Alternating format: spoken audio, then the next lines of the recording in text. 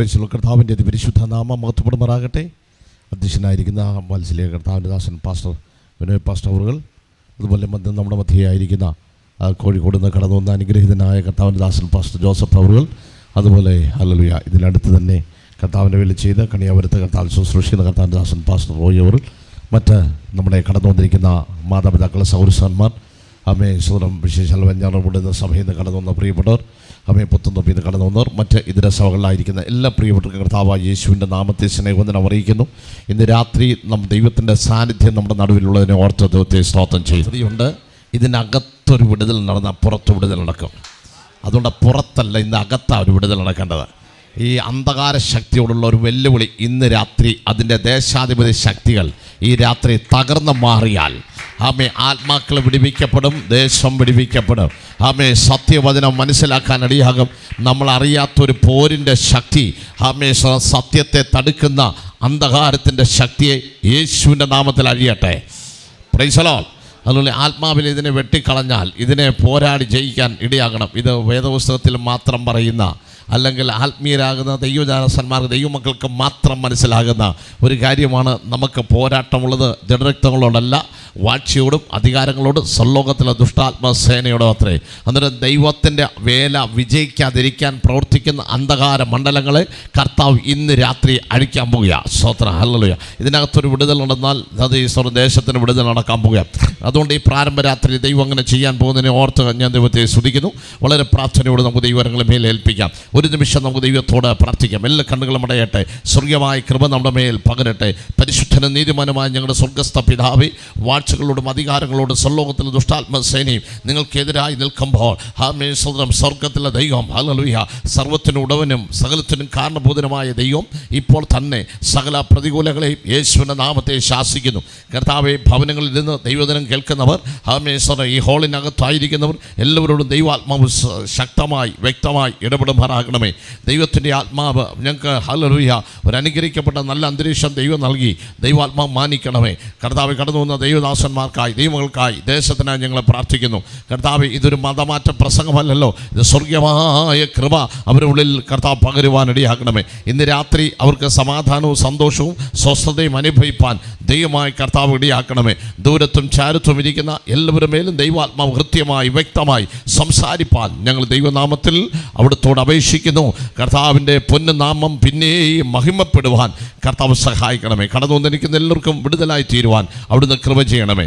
ദൈവം അന്നാവിനോട് കൂടി ഇരുന്ന് ദൈവം സംസാരിക്കണമേ. ദൈവത്തിൻ്റെ ഇമ്പമേറിയ ശബ്ദം കേൾക്കുവാൻ അടിയങ്ങൾ കാതോർത്തിരിക്കുന്നു. അടിയനോട് സംസാരിക്കണമേ എന്നുള്ള ദൈവത്തിൻ്റെ വചനപ്രകാരം ഞങ്ങൾ കർത്താവിൻ്റെ സന്നിധിയിൽ ഞങ്ങളെ തന്നെ താഴ്ത്തുന്നു.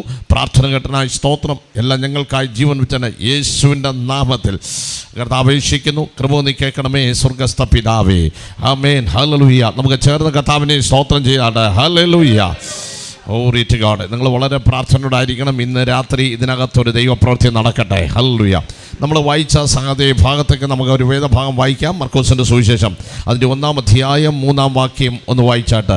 മർക്കോസിൻ്റെ സുവിശേഷം 1-ാം അധ്യായം 3-ാം വാക്യം. കർത്താവിന്റെ വഴി ഒരുക്കുവിൻ, അവന്റെ പാത നിരപ്പാക്കുവിൻ എന്ന് മരുഭൂമിയിൽ വിളിച്ചു പറയുന്നവന്റെ വാക്ക് എന്നിങ്ങനെ യെശയ്യാ പ്രവാചകന്റെ പുസ്തകത്തിൽ എഴുതിയിരിക്കുന്നത് പോലെ യോഹന്നാൻ വന്നു. ദൈവത്തിൻ്റെ അതിപരിശുദ്ധ നാമം മഹത്വപ്പെടുമാറാകട്ടെ. നമ്മളിവിടെ വായിച്ച വേദഭാഗം ഒരു വചനത്തിൻ്റെ നിവൃത്തിയാണ്. ഹല്ലേലൂയ. അവിടെ പ്രത്യേകമായി എടുത്തു പറയുന്ന ഒരു കാര്യമുണ്ട്. യെശയ്യാ പ്രവാചകന്റെ പുസ്തകത്തിൽ എഴുതിയിരിക്കുന്ന പോലെ യോഹന്നാൻ വന്നു. ഹല്ലേലൂയ. അന്നേരം മുന്നമേ പറയപ്പെട്ട 2 വ്യക്തികളെ ഞാൻ പരിചയപ്പെടുത്തുവാൻ കർത്താവിൽ ആഗ്രഹിക്കുന്നു. അവിടെ ദൈവത്തിൻ്റെ വചനം പറയുകയാണ്, യെശയ്യാ പ്രവചനത്തിൽ ആരെക്കുറിച്ച് എഴുതിയിരിക്കുന്നു? യോഹന്നാനെക്കുറിച്ച് എഴുതിയിരിക്കുന്നു. എന്തിനു വേണ്ടി എഴുതിയിരിക്കുന്നു? യേശു വരുന്നതിന് മുമ്പേ വഴി. നമുക്കറിയാം വേദപുസ്തകത്തിൽ മാത്രമുള്ളൊരു പ്രത്യേകതയാണ്. ആമേശ്വർ, എന്താ പ്രത്യേകത? വിശുദ്ധ ബൈബിളിൽ മാത്രമേ ആ പ്രത്യേകത. ജനിക്കുന്നതിന് മുമ്പേ പേര് പറയപ്പെട്ട ഒരേ ഒരു പുസ്തകം വിശുദ്ധ ബൈബിളാണ്. ശക്തിയോടെ ദൈവത്തെ സ്തോത്രം. ഈ ലോകത്തിൻ്റെ ഹല്ലേലൂയ ആമേൻ പാർസി രാജാവായ കോരേഷ് ജനിക്കുന്നതിന് മുമ്പേ ദൈവപുസ്തകത്തിൽ പറഞ്ഞു, കോരേഷ് എന്ന് പറഞ്ഞ ഒരു മനുഷ്യൻ എഴുന്നേക്കും, അവൻ ഭരിക്കും. ഹല്ലേലൂയ. അന്നേരം മുൻകൂട്ടി പ്രവചിക്കുന്ന പ്രവചന പുസ്തകമാണ് വിശുദ്ധ ബൈബിൾ. ഇതൊരു മതഗ്രന്ഥമല്ല, ഇതൊരു മതമാറ്റ പുസ്തകവുമല്ല. പിന്നെയോ ജനത്തിന് വേണ്ടുന്നുള്ള സന്ദേശം സ്വർഗത്തിലെ ദൈവം നമുക്ക് നൽകിത്തരുന്ന അനുഗ്രഹീതമായ പുസ്തകമാണ് വിശുദ്ധ ബൈബിൾ. ഹല്ലേലൂയ. അതിൻ്റെ പ്രത്യേകത എന്തെന്ന് ചോദിച്ചു കഴിഞ്ഞാൽ, നാളെ ഭാവിയിൽ എന്ത് സംഭവിക്കുന്നു എന്നുള്ളത് അമേശ്വരം ചൂണ്ടിക്കാണിക്കുന്ന ഒരു ചൂണ്ടുപലകയായി ഈ വിശുദ്ധ ബൈബിൾ നിൽക്കുന്നു. ഹല്ലേലൂയ. അമേശ്വരം മാത്രമല്ല, കഴിഞ്ഞ നാളുകളിലെ സംഭവങ്ങളെല്ലാം യഥാർത്ഥമായി ഇത് ഉത്ഭവിച്ച് കറക്റ്റാണെന്ന് വ്യക്തമായി കാണിക്കുക. അതിന് ഇത്ര അനുഗ്രഹിക്കപ്പെട്ട ഒരു പുസ്തകം ലോക ചരിത്രത്തിൽ വേറെയില്ല. ഹല്ലേലൂയ. ഇതൊരു മതഗ്രന്ഥമല്ല, ഇത് ദൈവത്തിൻ്റെ സന്ദേശമാണ്. ഹല്ലേലൂയ. എന്തിനാണ്? ദൈവം മനുഷ്യനെ അമേശ്വരനോട് സംസാരിപ്പാൻ, ദൈവം മനുഷ്യനോട് വ്യക്തമായി ഇടപെടുവാൻ ഇടയായ പുസ്തകമാണ്. അങ്ങനെയെങ്കിൽ ജനിക്കുന്നതിന് മുമ്പേ പറയപ്പെട്ട അനേകര പേരുണ്ട്. നമുക്കറിയാം, യഹൂദയിൽ ഒരു യോശുവാവ് എന്ന് പറഞ്ഞ മനുഷ്യൻ ജനിക്കും. ആ ജനിക്കുന്നതിന് മുമ്പേ പ്രവാചകന്മാർ പറഞ്ഞു ഇങ്ങനൊരു മനുഷ്യൻ ജനിക്കാൻ പോകുക, അവൻ യോശുവാവ് എന്ന പേരിടണോ. ഹല്ലേലൂയ. ജനിക്കുന്നതിന് മുമ്പേ വന്ന പേരാ. ഇതുപോലെ തന്നെ യോഹന്നാനും ജനിക്കുന്നതിന് മുമ്പേ അവന് പേര് പറയുവാനിടയായി. അപ്പനോട് പറഞ്ഞു നിനക്കൊരു കുഞ്ഞ് ജനിക്കുക. അവന് ഹല്ലേലൂയ അവൻ്റെ പേര് യോഹന്നാൻ. പക്ഷെ വാർദ്ധക്യത്തുള്ള മനുഷ്യനത് വിശ്വസിക്കാൻ കഴിഞ്ഞില്ല. ആ അവിശ്വാസം അവന് ഊമനായി മാറ്റി. ഹല്ലേലൂയ. എന്നാൽ അവൻ അതിൻ്റെ സമയം വന്നപ്പോൾ അത് വീട്ടുകാർ ചോദിച്ചു, കുഞ്ഞ് ജനിച്ചു. അമേശ്വരം വാർദ്ധക്യത്തിലായിരുന്ന മാതാവിനൊരു കുഞ്ഞ് കിട്ടി. ആ കുഞ്ഞിനെല്ലാം കൊണ്ടുവന്നു, എന്തോ പേരിടേണ്ടത്? എല്ലാവരും പറഞ്ഞു ആ പിതാവിനോടൊന്ന് ചോദിക്കുക, അവൻ പറയും. അദ്ദേഹത്തിന് സംസാരിക്കാൻ വയ്യ. അദ്ദേഹം ആംഗ്യ ഭാഷയിൽ ഇങ്ങനെ പറഞ്ഞു, പല കൊണ്ടുപോയി എഴുതിത്തരാ. എഴുതിയപ്പോൾ യോഹന്നാൻ എന്ന പേരെഴുതി. ആ പേര് പറഞ്ഞപ്പോഴാ വിശ്വസിക്കാൻ വയ്യാത്തതുകൊണ്ട് അവിശ്വാസം മൂലം നാവ് ഇറങ്ങിപ്പോയെങ്കിൽ ആ പേര് പലയ്ക്കകത്ത് എഴുതിയപ്പോൾ നാവ് പൊങ്ങി വന്നു. Price the Lord. ഹല്ലേലൂയ. വിശ്വാസത്തോടെ ഇന്ന് രാത്രി ദൈവാത്മാവ് കൽപ്പിക്കുന്നു, ഇതിനകത്ത് അനേക പേരുകൾ പറയപ്പെടുന്ന വേദനയോടെ ഇരിക്കുന്ന അനേകർ ഈ സഭയുടെ ലിസ്റ്റിനകത്ത് വരാൻ പോവുകയാണ്. ദൈവം അങ്ങനെ ചെയ്യാൻ പോകുന്നതിന് ഓർത്ത് സ്തോത്രം ചെയ്യുകയാണ്. ഹല്ലേലൂയ. യേശുവിന്റെ നാമത്തിൽ ജയമെടുക്കട്ടെ. പലകയ്ക്കകത്ത് എഴുതിയപ്പോൾ അവൻ്റെ പേര് പറഞ്ഞപ്പോൾ നാവ് തുറന്നു. അദ്ദേഹം സംസാരിച്ചു, പ്രവചിച്ചു, സ്തുതിച്ചു. അങ്ങനെയാണ് സഖര്യാവ് ഉണ്ടായത്. ഹല്ലേലൂയ. ആ സഖര്യാവിനുണ്ടായത് ആ മകൻ്റെ പേര് പറഞ്ഞു. ഇവിടെ പറയുന്നു യെശയ്യാവിൽ പറഞ്ഞതുപോലെ യോഹന്നാൻ വന്നു. എന്താണ് യെശയ്യാവ് പറഞ്ഞത്? ഹല്ലേലൂയ. യെശയ്യാവിൻ്റെ പുസ്തകം 40-ാം അധ്യായം 3-ാം വാക്യം ഒന്ന് വായിച്ചാട്ട്. യെശയ്യാ പ്രവചനം 40-ാം അധ്യായം 3-ാം വാക്യം. നമുക്ക് ഒരു അരമണിക്കൂർ നമ്മുടെ മുമ്പിലുള്ളൂ. അതിനകത്ത് എനിക്കെല്ലാം തീർന്നു വരുന്ന സ്തോത്രം. ഒരു 10 ഹല്ലേലൂയ 40 മിനിറ്റ് ഇതിനകത്തുള്ളൂ. സോറ അതുകൊണ്ട് ഈ ശുശ്രൂഷ തീരേണ്ടതുണ്ട്. അതുകൊണ്ട് വേഗത്തിൽ നമുക്ക് സോറ സഹകരിച്ചാണ്. ദൈവം നമ്മെ അനുഗ്രഹിക്കട്ടെ.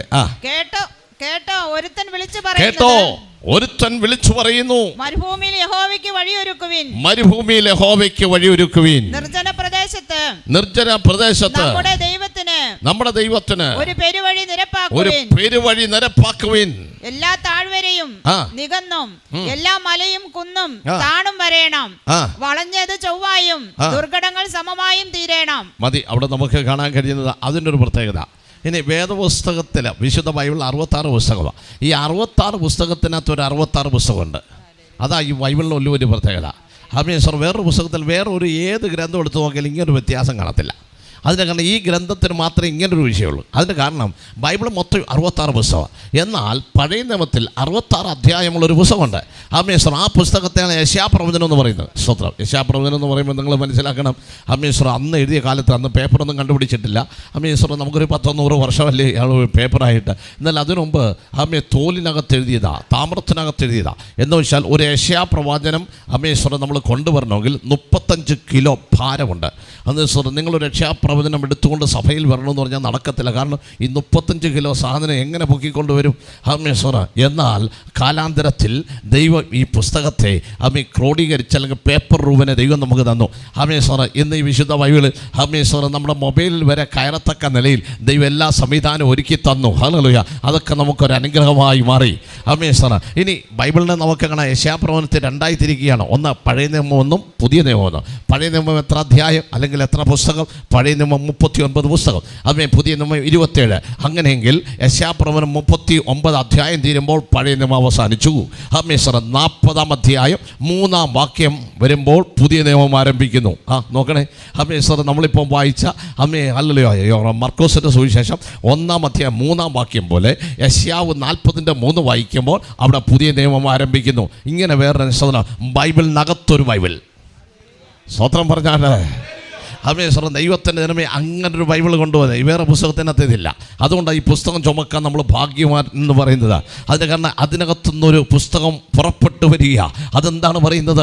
അന്നേക്ക് അല്ലല്ലോ, അല്ലെങ്കിൽ 2000 വർഷത്തിന് മുമ്പ്, അല്ലെങ്കിൽ ഇന്നേക്ക് 2700 വർഷം, ഈ പുതിയ നിയമം എഴുതപ്പെടുന്നതിന് 700 വർഷങ്ങൾക്ക് മുമ്പ് പറയുകയാണ്, ഇങ്ങനെ ഒരുത്തൻ കേട്ടോ, വഴിയിൽ നിന്ന് വിളിച്ചു പറയുക, ഒരുത്തനിതാ വരുന്നു. ഹല്ലേലൂയ. ആരെക്കുറിച്ച്? യോഹന്നാനെക്കുറിച്ച്. അന്നേരം നോക്കണേ, പുതിയ നിയമം അവിടെ ആരംഭിക്കുക. ഇനി ഹമേശ്വരം ഈ ബൈബിളിൻ്റെ മറ്റൊരു പ്രത്യേകത, ഹമേശ്വരം AD എന്നും BC എന്നും രണ്ടായി തിരിച്ചത്. ഹമേശ്വരം ബിഫോർ ക്രൈസ്റ്റ്, ക്രിസ്തു മുമ്പ്. അനോഡമനി എന്ന വാക്ക് ലാറ്റിൻ വേർഡാണ്. ഈ ലാറ്റിൻ വേർഡിനകത്ത് വന്നിരിക്കുന്ന ഒരു കാര്യം നമ്മുടെ കർത്താവിൻ്റെ വർഷം എന്നാണ്. സ്വത്രം. അന്നേരം ഇന്ന് AD താമസിക്കുന്ന എല്ലാവർക്കും പറയാൻ കഴിയും നമ്മുടെ കർത്താവിൻ്റെ വർഷമാണ്. സ്വത്രം പറഞ്ഞേ. അതിൻ്റെ കാരണം നമ്മൾ കർത്താവിൻ്റെ വർഷത്തിലാണ് താമസിക്കുന്നത്. ഇന്ന് 2025 ഹമേശ്വരം. നമുക്കറിയാം 2025 ഇത് കർത്താവിൻ്റെ വർഷം നിറവേറിയ. സ്തോത്രം. എൻ്റെ യേശാവിന് മറ്റൊരു പ്രത്യേകത ഉണ്ട്. യേശാവ് ഇങ്ങനെ പറഞ്ഞു, കർത്താവിൻ്റെ പ്രസാദ വർഷം പ്രസംഗിക്കാനും കർത്താവിൻ്റെ പ്രതികാര ദിവസവും ഇതിനകത്ത് എഴുതിയിരിക്കുന്നു. എന്നിട്ട് യേശു വായിച്ചപ്പോൾ പ്രതികാര ദിവസം എന്നുള്ളത് മാറ്റിക്കളഞ്ഞു. അതിൻ്റെ കാരണം ഇപ്പോൾ പ്രസാദ വർഷമാണ്. ഹമേശ്വരം ആ ഒരു വേട് മാറ്റി പറയാൻ കാരണം, പ്രതികാരത്തിൻ്റെ കാലത്ത് സഭ അതിലൂടെ കടന്നു പോകത്തില്ല. അത് സഭ എടുക്കപ്പെട്ടതിന് ശേഷം മാത്രമേ പ്രതികാര ദിവസം വരികയുള്ളൂ. നിങ്ങൾ മനസ്സിലാക്കണം. എന്തുകൊണ്ടാണ്? ദൈവത്തിൻ്റെ പ്രസാദ വർഷം എന്ന് പറഞ്ഞാൽ ദൈവത്തിന് ജാതിയെന്നോ മതമെന്നോ വർണ്ണമെന്നോ വ്യത്യാസമില്ലാതെ എല്ലാ മനുഷ്യരുടെ മേലും ദൈവത്തിൻ്റെ കരം ഇങ്ങനെ നീട്ടിക്കൊണ്ടിരിക്കുക. അങ്ങനെയെങ്കിൽ ഏതെല്ലാം ജാതി മത വ്യത്യാസമില്ലാതെ എല്ലാവരോടും ഈ ദൈവത്തിൻ്റെ വചനം എത്തുക. അതിൻ്റെ കാരണമെന്ന് പറഞ്ഞാൽ സത്യദൈവം, നിത്യദൈവം, ജീവനുള്ള ദൈവം എല്ലാവരും ഉള്ളിലേക്ക് വസിക്കണമെന്ന് ദൈവം ആഗ്രഹിക്കുന്നു. അമ്മേശ്വരം പള്ളികളിലോ മതസ്ഥാപനങ്ങളിലോ അല്ലെങ്കിൽ അല്ല ദൈവം വസിക്കുന്നത്. പിന്നെ ജീവനുള്ള ദൈവത്തിൻ്റെ ശരീരത്തിൽ ദൈവം വസിക്കണം. എന്തുകൊണ്ട് ദൈവം ശരീരത്തിൽ വസിക്കണമെന്ന് ആഗ്രഹിക്കുന്നു? കാരണം ദൈവത്തിൻ്റെ സൃഷ്ടിയിൽ ഏറ്റവും മകുടമായ, ഏറ്റവും ശ്രേഷ്ഠമായ സൃഷ്ടി കർത്താവായ മനുഷ്യനാണ്. കാരണം ബാക്കിയെല്ലാം ഉണ്ടാകട്ടെ എന്ന് കൽപ്പിച്ചപ്പോൾ ഉണ്ടായപ്പോൾ മനുഷ്യനെ മാത്രം മണ്ണ് കൊണ്ട് ഉണ്ടാക്കി. ഈ മണ്ണ് നേരത്തെ ഉണ്ടായിരുന്നു. അമ്മേശ്വരം എത്ര വർഷമായി മണ്ണുണ്ടായിട്ട്? മനുഷ്യ സൃഷ്ടിയേക്കാൾ കോടാനുകോടി വർഷങ്ങൾക്ക് മുമ്പാണ് ഈ ഹല്ലേലൂയ ഉണ്ടായത്. അതെങ്ങനെ ഉണ്ടായി? ഹമേശ്വരം ബിഗ് തിയറി എന്ന് പറയുന്ന തിയറി നമുക്കറിയാം. അതിൽ പറയുന്ന ഒരു പൊട്ടിത്തെറിയിൽ നിന്നാണ് ഉണ്ടായെന്ന് ഇപ്പോൾ ശാസ്ത്രജ്ഞന്മാർ പറയുന്നു. എങ്ങനെ ഇതുണ്ടായത്? ഹല്ലേലൂയ. അവിടെ നമുക്ക് ഉൽപ്പത്തി പുസ്തകത്തിൽ 1-ാം അധ്യായത്തിൽ അവിടെ കോസ്മോസ് എന്ന പദമാണ് എഴുതിയിരിക്കുന്നത്. എന്ന് പറഞ്ഞാൽ ആ പൊട്ടിത്തെറിക്കകത്ത് മണ്ണുണ്ടായി. ദൈവം പറഞ്ഞു. സ്വത്രം. അത് പല പ്രാവശ്യമായിട്ടും ഉണ്ടായി. ഹമേശ്വരം അതിനെക്കുറിച്ച് വിശദീകരിക്കാൻ പോയാൽ ഒത്തിരി സമയമെടുക്കും. അതുകൊണ്ട് എൻ്റെ പ്രസംഗം നിൽക്കുകയില്ല. അതുകൊണ്ട് ഇത് പല പ്രാവശ്യമായി ഇതായത് ദൈവനം തെളിവുണ്ട്. അമ്മയെ ചുമ്മാതെ പറയല്ല. ഇന്നത്തെ സയൻസ് മുഴുവനും ഈ വേദപുസ്തകത്തിനകത്തുള്ളതാ. സ്വത്രം. അങ്ങനെയെങ്കിൽ ആ പൊട്ടിത്തെറിയിൽ മണ്ണുണ്ടായപ്പോൾ അത് ദൈവത്തിൻ്റെ വാക്കിൽ നിന്നുണ്ടായതുകൊണ്ട് ദൈവം ആ മണ്ണെടുത്ത് മനുഷ്യനെ മെനഞ്ഞിട്ട് ആ മനുഷ്യൻ്റെ മൂക്കിൽ ജീവശ്വാസമുതി. ഹല്ലേലൂയ. അവൻ ജീവനുള്ള ദേഹിയായി മാറി. എന്ന് പറഞ്ഞാൽ അവൻ ജീവൻ മാത്രമല്ല, ദൈവത്തിൻ്റെ ആത്മാവ് അവൻ്റെ മേൽ വന്നു. Price the Lord. മനുഷ്യന് മാത്രമുള്ളൊരു പ്രത്യേകതയാണ്, എല്ലാ ജീവികൾക്കും ജീവനുണ്ട്, എന്നാൽ മനുഷ്യന് മാത്രം ആത്മാവുണ്ട്, മനുഷ്യന് മാത്രം മനസാക്ഷിയുണ്ട്, മനുഷ്യന് മാത്രം വിവേകമുണ്ട്. അതുകൊണ്ട് എല്ലാ ജീവിയേക്കാളും വ്യത്യസ്തനായ ഒരു വ്യക്തി അത് മനുഷ്യൻ മാത്രമാണ്. അതിൻ്റെ കാരണം അവൻ്റെ ഉള്ളിൽ ആത്മാവ് വസിക്കുന്നു, അവന് വിവേകമുണ്ട്, അവന് മനസാക്ഷിയുണ്ട്. ഇത് സസ്യങ്ങൾക്കോ ജന്തുക്കൾക്കോ ഇല്ല. അതുകൊണ്ട് വേറിട്ട് ദൈവം നിർത്തിയിരിക്കുക.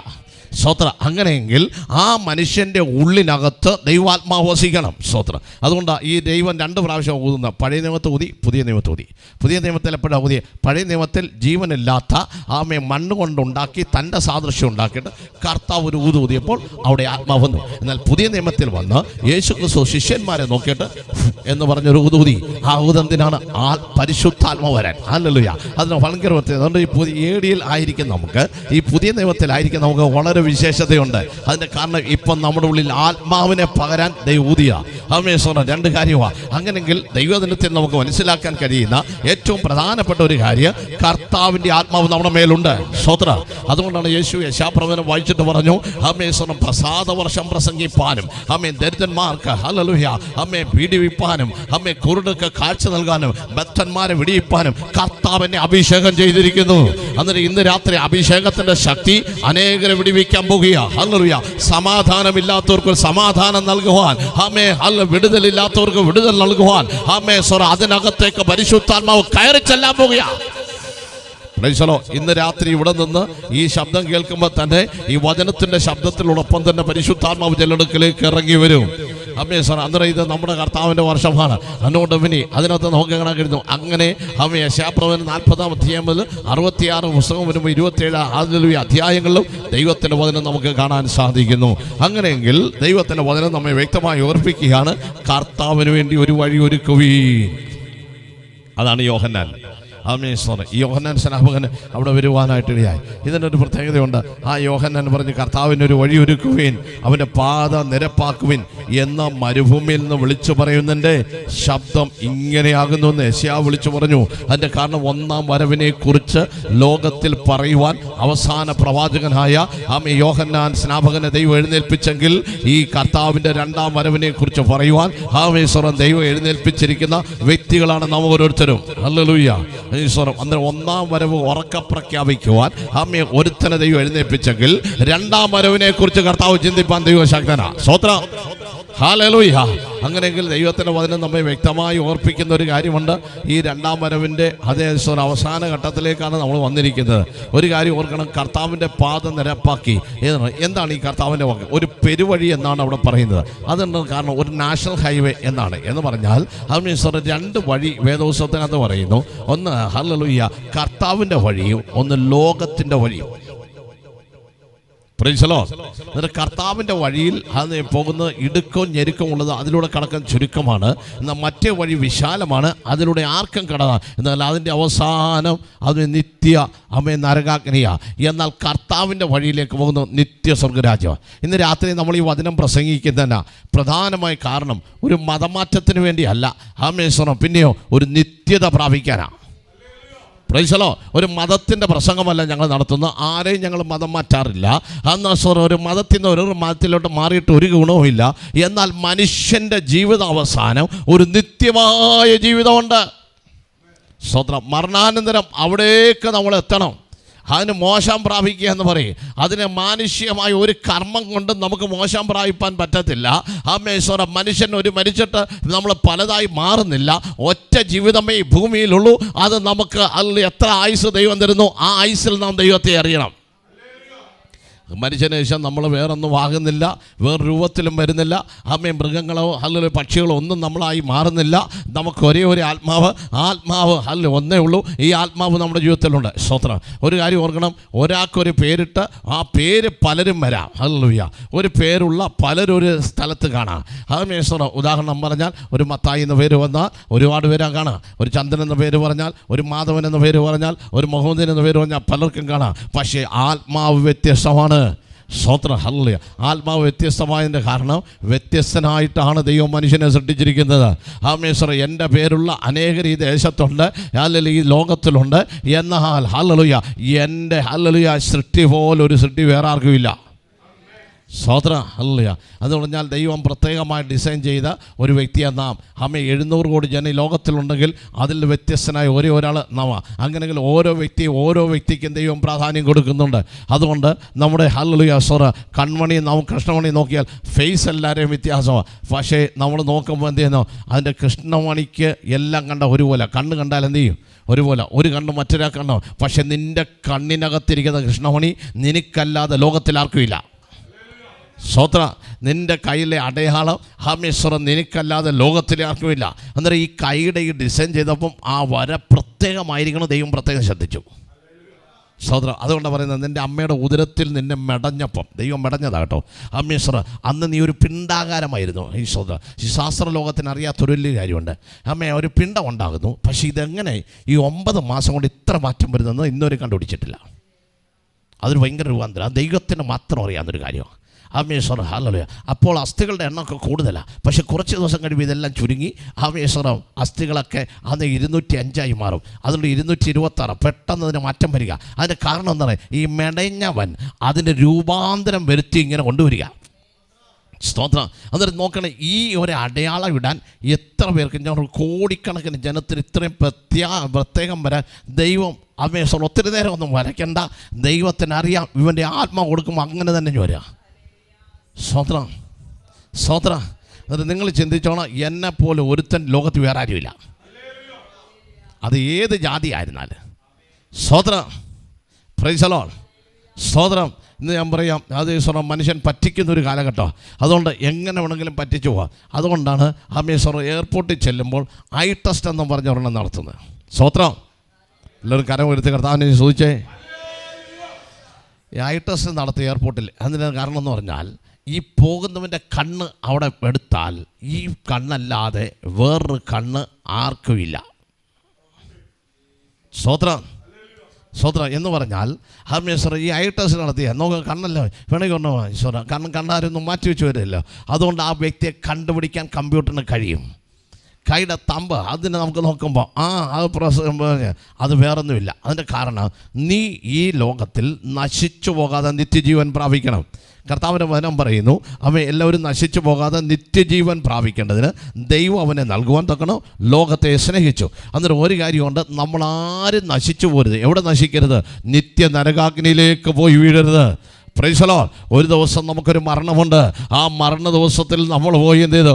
ആ മരിച്ചതിന് ശേഷം നരകത്തിൽ പോയി വീഴരുത്.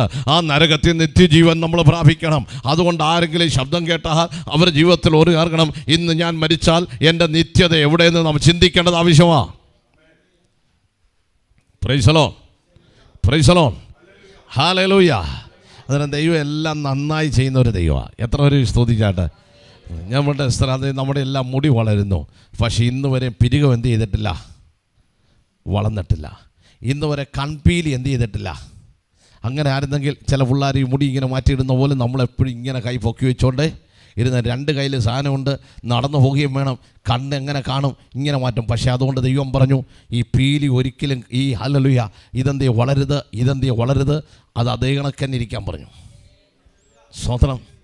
സ്തോത്രം. ഹല്ലേലൂയ. ഹല്ലേലൂയ. മുടി വളർന്നു, അത് കഴിഞ്ഞ് എല്ലാം ദൈവമുണ്ട്. അതിന് മീശ അത് വളർന്നു, പക്ഷേ അതിൻ്റെ എല്ലാം ദൈവം ക്രമീകരിച്ചാണ് കൊടുത്തേക്കുന്നത്. ആ താടി എല്ലാം ദൈവത്തിൻ്റെ ഒരു ക്രമീകരണമുണ്ട്. സ്തോത്രം. മാത്രമല്ല, അവന് നമ്മുടെ ശരീരത്തിൽ എത്ര സെല്ലുകൾ ദിവസേന നശിക്കുന്നു, പുതിയത് ഉണ്ടായിക്കൊണ്ടിരിക്കുന്നു. പുതിയ സെല്ലുകൾ ഇങ്ങനെ ഉണ്ടായിക്കൊണ്ട് ഇതിനങ്ങ് ഒരു കേടും വരാതെ ദൈവം നിൻ്റെ വാർദ്ധക്യം വരെയും നിന്നെ നടത്തുന്ന ദൈവത്തിൻ്റെ കൃപയൊന്ന് ഓർത്ത് സ്തോത്രം ചെയ്താട്ട്. ഈ ഹല്ലേലൂയ ശരീരത്തിനകത്ത് 105 ഫാക്ടറികളുണ്ട്. ഇതെല്ലാം പ്രവർത്തിച്ചുകൊണ്ട് അതിലൊരു ഫാക്ടറി നിന്ന് പോകുമ്പോഴാണ് പറയുന്നത്, എൻ്റെ 2 കിഡ്നിയും പോയി, അതിൻ്റെ ഡയാലിസിസ് ചെയ്യണം. അത് ഇത്രയും നാൾ ആ കിഡ്നി ഡയാലിസിസ് ചെയ്തപ്പോൾ ഒരു പൈസയും കൊടുത്തില്ല. ഇന്നാൾ ഒരാൾ പറഞ്ഞു, ഫാസ്റ്ററെ ഡയാലിസിസ് ചെയ്യുന്ന ഭയങ്കര പാടാണ്. ആഴ്ച 2 ഡയാലിസിസ് 3 ഡയാലിസിസ് 3000 രൂപ വെച്ച് 3 ഡയാലിസിസ് ആയപ്പോൾ 9000 രൂപ ഒരാഴ്ച കണ്ടെത്തുന്ന പാട്. എൻ്റെ ദൈവമേ, ദൈവം ഒരു ഫാക്ടറിയുടെ പണി ഒന്ന് മുടങ്ങിയപ്പം ഒരാഴ്ച തന്നെ 9000 രൂപ. പക്ഷേ ഇന്ന് വരെ ദൈവം ഇത് മുടക്കാത്തതിനായി സ്തോത്രം. സ്തോത്രം. ഹാർട്ടിൻ്റെ അതിൻ്റെ പമ്പ് ചെയ്തിരിക്കുന്ന ഇന്ന് വരെ ജനിച്ച സമയം മുതൽ കൃത്യമായിട്ട് ഓരോരോ ഫാക്ടറിയുള്ളൂ. അത് ഇതുവരെ എന്ത് ചെയ്തിട്ടില്ല? സ്റ്റോപ്പായിട്ടില്ല. ബാക്കി ഏത് ഫാക്ടറിയിൽ നിന്നാലും എന്ത് ചെയ്യുന്നുണ്ട്? അരമണിക്കൂറോ അല്ലെങ്കിൽ 8 മണിക്കൂറൊക്കെ ഓഫായത് വിടും. കാരണം ഇതുവരെ എന്ത് ചെയ്തില്ല? ഈ പമ്പ് ചെയ്യുന്ന സ്ഥലം ഇതുവരെ നിന്നിട്ടില്ല. എന്തെങ്കിലും നിന്നാൽ അന്ന് അവൻ്റെ കാര്യം തീർന്നു. സ്തോത്രം. അന്നേരം ദൈവത്തിൻ്റെ ആ വിശേഷിക്കപ്പെട്ട എനിക്കൊരു ഹാർട്ട് ദൈവം തന്നിരിക്കുക.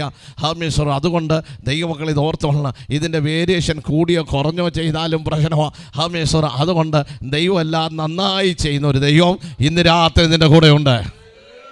സഹോദരൻ, ഞങ്ങൾ പ്രസംഗിക്കുന്ന ഈ കർത്താവ് യേശു നിൻ്റെ രോഗത്തെ സൗഖ്യം കൊണ്ടാക്കുന്ന ദൈവമാണ്. അതുകൊണ്ടാണ് കർത്താവ് പറഞ്ഞു, ബദ്ധന്മാർക്ക് വിടുതൽ തരുന്ന ഒരു ദൈവം, പീഡിതരെ സൗഖ്യമാകുന്ന കർത്താവ്. ആരെങ്കിലും ഹാർട്ടിന് രോഗിയായി എന്നെ കേൾക്കുന്ന പ്രിയമുണ്ടരെ, ഇന്ന് രാത്രി ദൈവം തൻ്റെ വചനം വായിച്ച് നിന്നെ സൗഖ്യമാക്കാൻ ദൈവം ശക്തനാ. നീ ഇരിക്കുന്ന ഇരിപ്പിൽ ഒറ്റ കാര്യം പറഞ്ഞാൽ മതി, യേശു എൻ്റെ ഹാർട്ടിൻ്റെ രോഗത്തിന് വിടിവിക്കണേ, അങ്ങേക്ക് വിടിവിപ്പാൻ കഴിയുമെന്ന് വിശ്വസിക്കുന്നു പറഞ്ഞാൽ ഇന്ന് രാത്രി സൗഖ്യം കർത്താവ് നൽകാൻ പോകുക.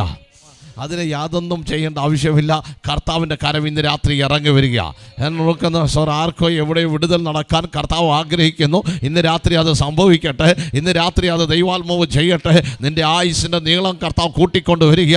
അതിന് കാരണം എന്താണ്? യേശുവിനെ നീ കർത്താവിൻ്റെ രക്ഷിതാവുമായി അറിഞ്ഞ നിത്യജീവൻ്റെ അവകാശിയായി തീരണമെന്ന് കർത്താവ് ആഗ്രഹിക്കുക. ഗ്ലോറി. ഹല്ലേലൂയ. ഹല്ലേലൂയ. അങ്ങനെയെങ്കിൽ ആ നിത്യജീവൻ നമ്മുടെ ജീവിതത്തിന്മേൽ പകരുവാൻ കർത്താവ് നമ്മെ സഹായിക്കട്ടെ. ഒരു കാര്യങ്ങൾ നമുക്ക് ഓർക്കുമ്പോൾ കർത്താവിനവന് ഈ മർക്കോസിൻ്റെ സുവിശേഷത്തിനൊരു പ്രത്യേകതയുണ്ട്. യേശുക്രിസ്തുവിൻ്റെ സുവിശേഷം എന്ന് പറഞ്ഞ് ആരംഭിക്കുന്ന ഒരേ ഒരു പുസ്തകം മർക്കോസിൻ്റെ സുവിശേഷമാണ്. ഇനി മർക്കോസിനെ കുറിച്ച് ഒരു കാര്യം പറയട്ടെ. യേശുവിൻ്റെ 12 ശിഷ്യന്മാരിൽ ഒരാളല്ലായിരുന്നു മർക്കോസ്. ഒരു ബാലനായിരുന്നു, ഒരു ബാലൻ. യേശുവിൻ്റെ കാലത്ത് ഒരു ബാലനായിരുന്നു. സ്തോത്രം. അല്ല, പക്ഷേ ഇവന് യേശുവിനെ കാണാൻ വലിയ ആഗ്രഹമുള്ളവനായിരുന്നു. കർത്താവിന് വേണ്ടി തൻ്റെ ജീവിതം സമർപ്പിക്കപ്പെട്ടവനായിരുന്നു. ദൈവത്തിന് വേണ്ടി തൻ്റെ ജീവിതത്തിൽ ഏൽപ്പിച്ചു കൊടുത്തതാണ്. Price the Lord. മാത്രമല്ല, ഇവൻ ജനിച്ചത് യെരുശലേമിലാണ്. ഇനി ഈ മർക്കോസ് ഒരു സാധാരണ കുടുംബത്തിലുള്ളവനല്ല, നല്ല ധനാഢ്യനായൊരു മനുഷ്യനായിരുന്നു. ഞാൻ ഇന്ന് ഇവിടെ ഇരിക്കുന്നതിനോട് ചോദിക്കുക, 120 പേർക്ക് ഇരിക്കുന്ന ഒരു ഹോളുള്ള ആരെങ്കിലും ഉണ്ടെന്ന് കൈവയ്ക്കേ.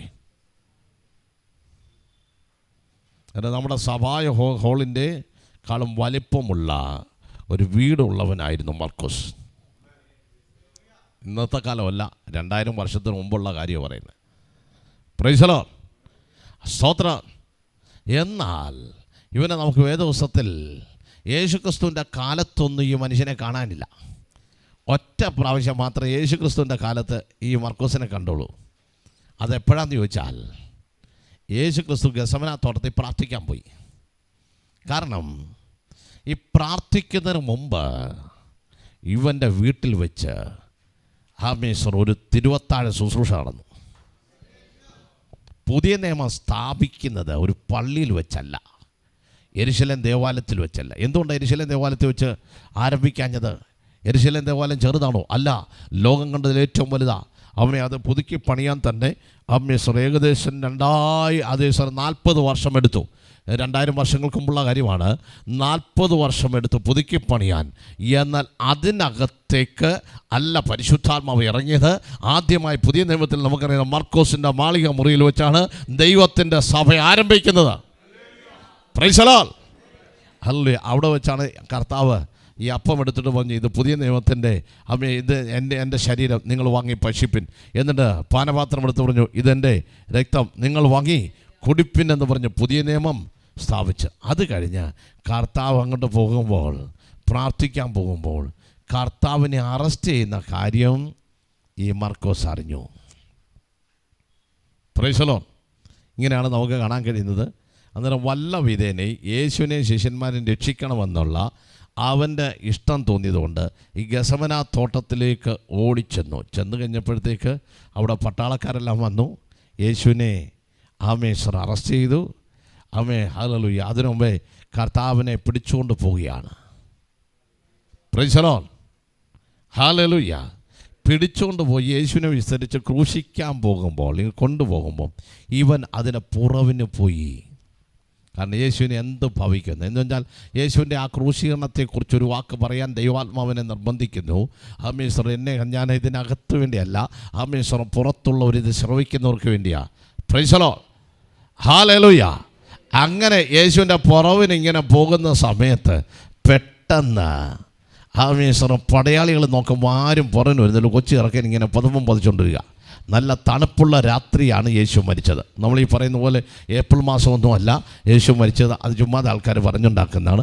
അവിടെ ഡേറ്റ് ദൈവം പറഞ്ഞിട്ടില്ല, ദിവസം ദൈവം പറഞ്ഞില്ല, മാസം പറഞ്ഞില്ല. എന്നാൽ യേശു മരിച്ചു എന്നുള്ള സത്യമാണ്. അങ്ങനെ പോകുമ്പോൾ ഇവന് നല്ല തണുപ്പുള്ള രാത്രി ആയതുകൊണ്ട് ഇവൻ പുതച്ചുകൊണ്ട് ഇങ്ങനെ പോകുന്ന സമയത്ത് ഒരു പട്ടാളക്കാരൻ ഇവനെ കയറി പിടിച്ചത് വേറെ എവിടെയല്ല, ഇവൻ്റെ പുതപ്പില്ല. ഇവൻ പുതപ്പിട്ട് കളഞ്ഞിട്ട് ഓടിക്കളഞ്ഞു. അവിടെ നഗ്നനായി അവൻ ഓടിപ്പോയെന്ന. മർക്കോസ് മാത്രമേ അത് പറയുന്നുള്ളൂ. കാരണം മർക്കോസിൻ്റെ അനുഭവം വേറെ ഈ ഒരു സുവിശേഷത്തിൽ ഈ കാര്യമില്ല. ഈ മർക്കോസിൻ്റെ സുവിശേഷത്തെ മാത്രമേ ഉള്ളൂ. എന്താ പറഞ്ഞാൽ, ആ കൊച്ചു ബാലൻ ഞാൻ തന്നെ എന്ന് അവൻ പറഞ്ഞേ. സ്തോത്രം. ഹല്ലേലൂയ. മർക്കോസിനെ കുറിച്ച് അങ്ങനെയെങ്കിൽ ആ മർക്കോസ് യേശുവിൻ്റെ ക്രൂശീകരണം കണ്ടതാ. യേശു എന്തിനാണ് ഭൂമിയിൽ വന്നത്? മരിക്കാൻ വേണ്ടി വന്നതാണ്. യേശുവിൻ്റെ ഒരു രക്തസാക്ഷി മരണമല്ല, യേശുവിൻ്റെ മരിക്കാൻ വേണ്ടി യേശു വന്നത്. എന്തിനാണ് യേശു മരിക്കാൻ വന്നത്? Price the Lord. മാനവജാതിയുടെ പാപത്തിൻ്റെ പരിഹാരം വരണമെങ്കിൽ ഒരു വ്യക്തി നമുക്ക് വേണ്ടി മരിക്കപ്പെടണം. Price the Lord. അന്നത്തെ മഹാപുരോഹിതൻ ഇങ്ങനെ പറഞ്ഞു, ഒരു കാര്യം ചെയ്യുക, യേശു അനേക അത്ഭുതങ്ങൾ അടയാളങ്ങൾ ചെയ്തു. ആയിരക്കണക്കിന് ആൾക്കാർ യേശുവിൻ്റെ അടുക്കൽ വന്നപ്പോൾ അന്നത്തെ പരീക്ഷന്മാർ ന്യായശാസ്ത്രം പറഞ്ഞു, ഇവനിനി എന്ത് ചെയ്യണം? അപ്പോൾ അന്നത്തെ മഹാപുരോഹിതൻ ഒരു കാര്യം പറഞ്ഞു, എല്ലാവർക്കും വേണ്ടി ഒരു മനുഷ്യൻ മരിക്കുന്നത് നല്ലത്. അതൊരു പ്രവചനമായിരുന്നു. അങ്ങനെ ആര് മരിച്ചു? യേശു മരിക്കാൻ വേണ്ടി വന്നു എന്ന് അന്നത്തെ മതകോടതി അത് പറഞ്ഞു. സർ അന്നത്തെ ഗവൺമെൻറ് ആയിരുന്നു പീലാത്തോസ് ഇങ്ങനെ പറഞ്ഞു, ഇവനിൽ യാതൊരു തെറ്റും കാണുന്നില്ല, അതുകൊണ്ട് ഞാൻ വെറുതെ വിടട്ടെ എന്ന് പറഞ്ഞു. എങ്കിലും മാറി മാറി വിസ്തരിച്ചിട്ടും 5 കോടതിയിൽ 7 പ്രാവശ്യം വിസ്തരിച്ചിട്ട് യേശുവിൽ യാതൊരു തെറ്റും കണ്ടിട്ട് ഇവനെ ക്രൂശിക്കാൻ ഏൽപ്പിച്ചിരിക്കുന്നു. നമ്മുടെ ഇന്ത്യ ഗവൺമെൻറ്റിൽ ഒറ്റ പ്രത്യേകതയുണ്ട്. ഒരാൾ ഒരാൾ ഒരു തെറ്റ് ചെയ്ത ഒരു മനുഷ്യനെ വെറുതെ വിട്ടാലും തെറ്റില്ലാത്തൊരു മനുഷ്യനെ ഒരിക്കലും എന്ത് ചെയ്യരുത്? ശിക്ഷിക്കരുത്. പക്ഷേ തെറ്റില്ലാഞ്ഞിട്ട് ശിക്ഷിച്ച ഏക വ്യക്തി കർത്താവായ യേശുവാണ്. എന്തിനാണ് യേശു മരിച്ചത്? മനുഷ്യൻ്റെ പാപം അതിന് പരിഹാരമാണ്. പാപം ഇരിക്കുന്ന എവിടെയാണ്? രക്തത്തിലാണ്. അങ്ങനെയെങ്കിൽ പാപമില്ലാത്ത ഒരുത്തൻ പാപികൾക്ക് വേണ്ടി മരിക്കണമെന്നുള്ളത് ദൈവത്തിൻ്റെ നീതിയാകിയാൽ യേശു ക്രിസ്തു നമുക്ക് വേണ്ടി ക്രൂശിന്മേൽ മരിച്ചു. ആ രക്തത്താൽ നമ്മുടെ പാപങ്ങൾ കഴുകിക്കളയുവാൻ കർത്താവ് ആഗ്രഹിക്കുന്നു. അങ്ങനെയെങ്കിൽ പാപം, കാരണം സ്ത്രീയുടെ സന്തതിയായി കർത്താവായ യേശു ജനിച്ചു. ഈ ലോകത്തിലെല്ലാവരും ഒരു പിതാവിലും മാതാവിലും ജനിക്കുമ്പോൾ യേശു ക്രിസ്തു മാത്രം പരിശുദ്ധാത്മാവ് ജനിച്ചിട്ട് മാനവജാതിയുടെ പാപത്തിന് വേണ്ടി തൻ്റെ രക്തം ചിന്തുവാനിടയായി. അതുകൊണ്ട് പാപത്തിൻ്റെ പരിഹാരത്തിന് വേണ്ടി പുണ്യ നദികളിൽ പോയി നമ്മൾ മുങ്ങേണ്ട, തീർത്ഥാടന സ്ഥലങ്ങളിൽ നമ്മൾ പോകേണ്ട. നമ്മൾ ഇരിക്കുന്ന ഇരിപ്പിൽ നിന്ന് യേശുവേ ഞാനൊരു പാപിയാണ്, എൻ്റെ പാപത്തിന് പരിഹാരം വരണമേ എന്ന് പറഞ്ഞ് ആരേറ്റു പറയുന്നു, അപ്പോൾ തന്നെ യേശുവിൻ്റെ രക്തം സകല പാപം പോക്കി നമ്മെ ശുദ്ധീകരിക്കും. ആ രക്തത്താൽ കഴുകപ്പെടുന്നവർക്ക് നിത്യജീവൻ പ്രാപിപ്പാൻ കഴിയും. അങ്ങനെയെങ്കിൽ മാനവകുലത്തിൻ്റെ പാപത്തിൻ്റെ പരിഹാരത്തിനായി യേശു ക്രൂശിൽ തൂങ്ങി. ഹല്ലേലൂയ. ആ യേശുവിൻ്റെ രക്തത്താൽ സകലർക്കും വിടുതല. അതുകൊണ്ട് ഹല്ലേലൂയ, ആ രക്തത്താൽ എൻ്റെ തലയിൽ ആ യേശു നമുക്ക് വേണ്ടി ക്രൂശിക്കുവാൻ ഏൽപ്പിച്ചു കൊടുത്തു. എന്തുകൊണ്ട്? യേശു ആ ക്രൂശ് സഹിച്ചു. കാരണം യേശു മരിച്ചെങ്കിൽ മാത്രമേ മനുഷ്യന് പാപമോചനം ലഭിക്കുകയുള്ളൂ, എങ്കിൽ മാത്രമേ നിത്യത ലഭിക്കുകയുള്ളൂ. അതുകൊണ്ട് കർത്താവായ യേശു പറഞ്ഞ സ്വർഗത്തിലേക്കുള്ള വഴി ഞാനാകിയാൽ എന്നിലൂടെ അല്ലാതെ ആരും പിതാവിൻ്റെ അടുക്കൽ എത്തുന്നില്ല. ആ വഴിയാകുന്ന കർത്താവ് പാരിനും പരലോകത്തിനും മധ്യേ തൂങ്ങപ്പെട്ടുകൊണ്ട് തൻ്റെ കൈകൾ ആണികളേക്ക് തറിക്കപ്പെട്ട്, തൻ്റെ കാലുകൾ ആണികൾ തറിക്കപ്പെട്ട്, തലയിൽ മുക്കിരീടം അടിക്കപ്പെട്ട്, ശരീരം മുഴുവനും ചാട്ടവാറുകൊണ്ട് കീറപ്പെട്ട് ആ യേശുവിൻ്റെ ക്രൂശിൻ്റെ അടുക്കൽ ആരെത്തുന്നു അവർക്ക് നിത്യജീവൻ ലഭിപ്പാനിടയാകും. യേശുവിന് കഴിവില്ലാഞ്ഞതുകൊണ്ടോ, യേശു ഹല്ലേലൂയ ഒരു നിസ്സഹായനായതുകൊണ്ടല്ല യേശു മരിച്ചത്. യേശു മരിക്കുന്നവറിയാം, ഒരാൾ മരണം സംഭവിക്കുന്നു എന്നറിഞ്ഞാൽ അവരാ സ്ഥലം വിട്ട് മാറും. നമുക്കറിയാം ഹല്ലേലൂയ, തമിഴ്നാട്ടിൽ രാജീവ് ഗാന്ധിയെ കൊന്നു, ഇന്ദിരാഗാന്ധിയെ വെടിവെച്ച് കൊന്നു. അവരൊക്കെ നേരത്തെ അറിഞ്ഞില്ലെങ്കിൽ അവിടെ നിന്ന് സുരക്ഷ അത് ഉണ്ടായി അവർ മാറിപ്പോയേന്. എന്നാൽ യേശു പറയാണ്, ഇന്നേക്ക് ഹല്ലേലൂയ 3 ദിവസം കഴിയുമ്പോൾ ഞാൻ ക്രൂശിക്കപ്പെടും, കള്ളനെ പോലെ എന്നെ ചാട്ടവാർ അടിക്കപ്പെടും, ഞാനിതാ മരിക്കുമെന്ന് നേരത്തെ പറഞ്ഞു കൊണ്ട് യേശു യെരുശലേമിലേക്ക് പോയത്. അങ്ങനെയെങ്കിൽ മരണം മുൻകൂട്ടി കണ്ടുകൊണ്ട് യേശു മരിക്കാനായിട്ട് ഈ ഭൂമി വന്നു. അതുകൊണ്ട് പാപത്തിൻ്റെ പരിഹാരത്തിനായി യേശു മരിച്ചു. ആ ക്രൂശിനെയാണ് നമ്മൾ കാണേണ്ടത്. ആ ക്രൂശിനെ നമ്മൾ നോക്കി ആമേശ്വരം കരഞ്ഞ് പ്രാർത്ഥിക്കുന്നെങ്കിൽ അവരെ പാപങ്ങൾക്ക് മോചനം ലഭിക്കുകയും പാപത്തിന് പരിഹാരം നൽകി നിത്യജീവൻ പ്രാപിപ്പാൻ കഴിയും. ഒറ്റ മാർഗം മാത്രമേ ഉള്ളൂ. യേശു ക്രിസ്തുവിൻ്റെ ക്രൂശീകരണത്തിലൂടെ മാത്രമേ നമുക്ക് നിത്യജീവൻ പ്രാപിക്കാൻ കഴിയുള്ളൂ. ആ യേശുവിൻ്റെ രക്തം സകല പാപം പോക്കി ശുദ്ധീകരിക്കുന്നു.